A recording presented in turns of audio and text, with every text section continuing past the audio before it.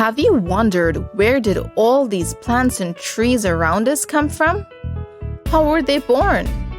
Believe it or not, many of these huge plants started off as small and even very tiny seeds. But how do seeds grow into plants? A seed is covered by a coat which protects the contents of the seed. The seed contains an embryo or baby plant and food storage.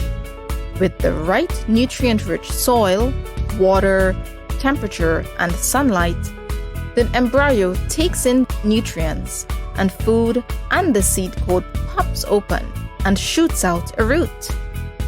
The roots absorb more nutrients and water and holds the seed to the surface. The embryo grows more and more.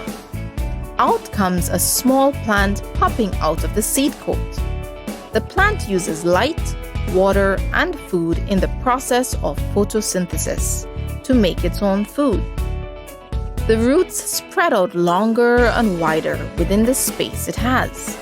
The stem grows taller and more leaves are formed.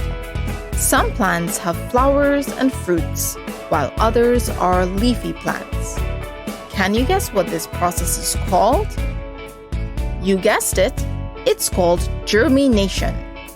Hit the like and subscribe buttons for more videos like this.